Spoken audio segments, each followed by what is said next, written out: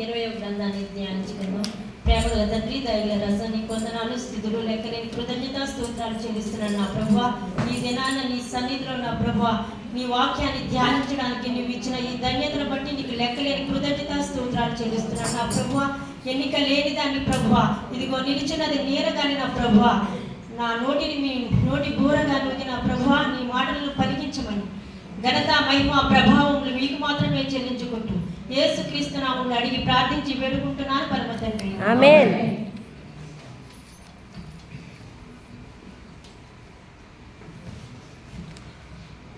చదివిన వాక్యాన్ని మరి అందరం విని ఉన్నాం కదండి.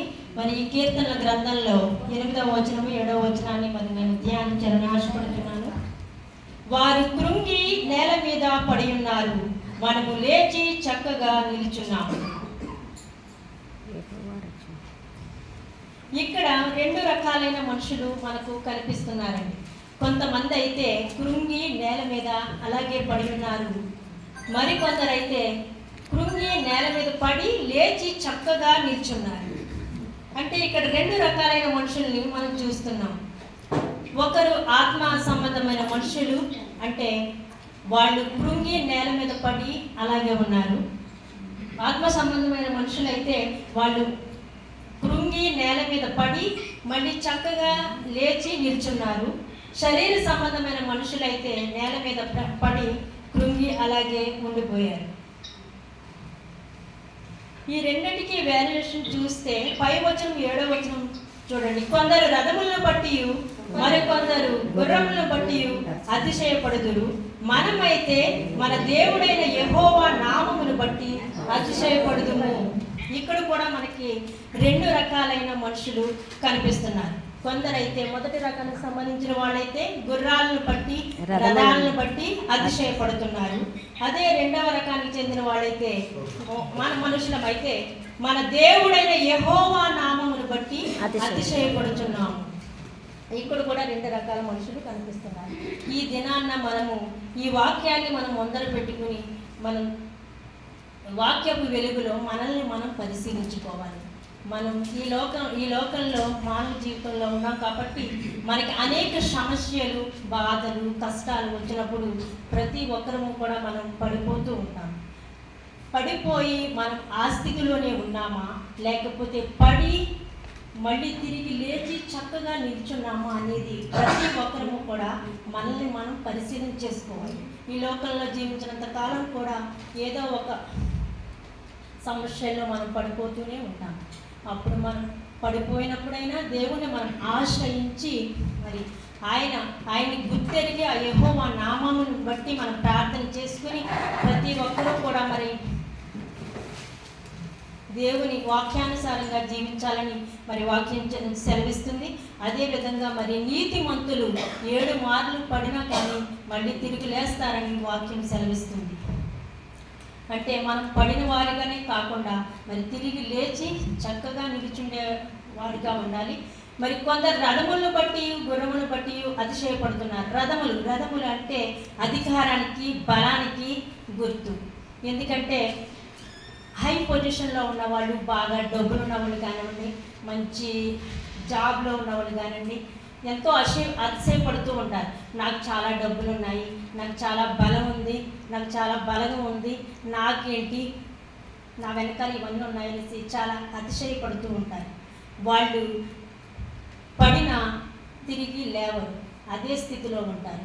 అలా కాకుండా మన దేవుడైన యెహోవా నామాన్ని బట్టి మనం అతిశయపడుతూ ఉంటే మనం తిరిగి పడినా తిరిగి లేచి చక్కగా కూర్చుంటామని వాక్యం సెలవిస్తుంది.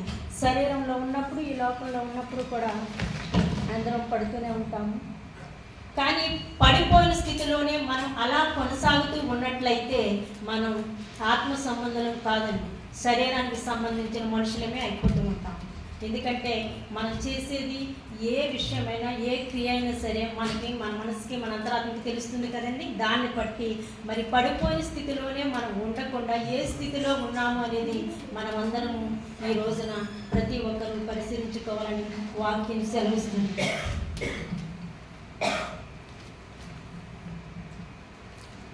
గుర్రాలను బట్టి, అదేవిధంగా అధికారాన్ని బట్టి, డబ్బును బట్టి, లేకపోతే హోదాని బట్టి, బలాంగాన్ని బట్టి, మా కుటుంబం యొక్క బలగాన్ని బట్టి అతిశయపడినట్లయితే వాళ్ళు అలాగే ఉండిపోతారు. ఆ విధంగా కాకుండా పై వాటినన్నిటినీ కాకుండా నాయందు అన్ని విషయాల్లో మీరు అతిశయపడినట్లయితే దేవునికి చాలా ఇష్టమైన అతిశయం అది. మరి లేఖనాలు సెలవిస్తుండగా ఇర్మియా గ్రంథము 9వ అధ్యాయము 24వ వచనంలో 23-24 వచనంలో చూడండి ఒకసారి. నేను చెప్తానైతే, ఐశ్వర్యవంతుడు తన ఐశ్వర్యం చొప్పున, జ్ఞాని తన జ్ఞానం చొప్పున, పరాక్రమవంతుడు తన పరాక్రమం చొప్పున అతిశయపడుతా అది మంచిది కాదు. కానీ దేవుని యొక్క విషయాల్లో పూర్తిగా తెలుసుకోవడానికి ఇంకా అతిశయపడేవాళ్ళు అంటే దేవుడికి ఇష్టం. ఒకసారి చదవండి ఇర్మియా గ్రంథము 9వ అధ్యాయం 24వ వచనం.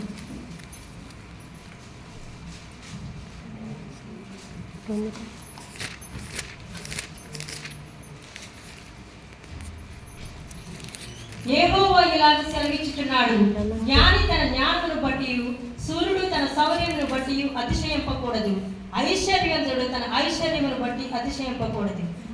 అతిశయించువాడు దేనిని బట్టి అతిశయింపవలెననగా, భూమి మీద కృప చూపుచు నీతి న్యాయములు జరిగించుచున్న యెహోవాను నేనే అని గ్రహించి నన్ను పరిశీలనగా తెలుసుకునేట బట్టియే అతిశయింపవలెను. చాలామంది మనం ఏం చేస్తామంటే, మనకున్న ప్రాపర్టీని బట్టి, మనకున్న అందాన్ని బట్టి, మన శరీర బలాన్ని బట్టి, ఐశ్వర్యం చొప్పున అన్నిటినీ చూసి చాలా గర్వంగా అతిశయపడుతూ ఉంటాం, హెచ్చించుకుంటూ చాలా. కానీ మనుషుల దృష్టిలో ఏదైతే మనం గొప్పగా హెచ్చించుకుంటామో అది దేవుడు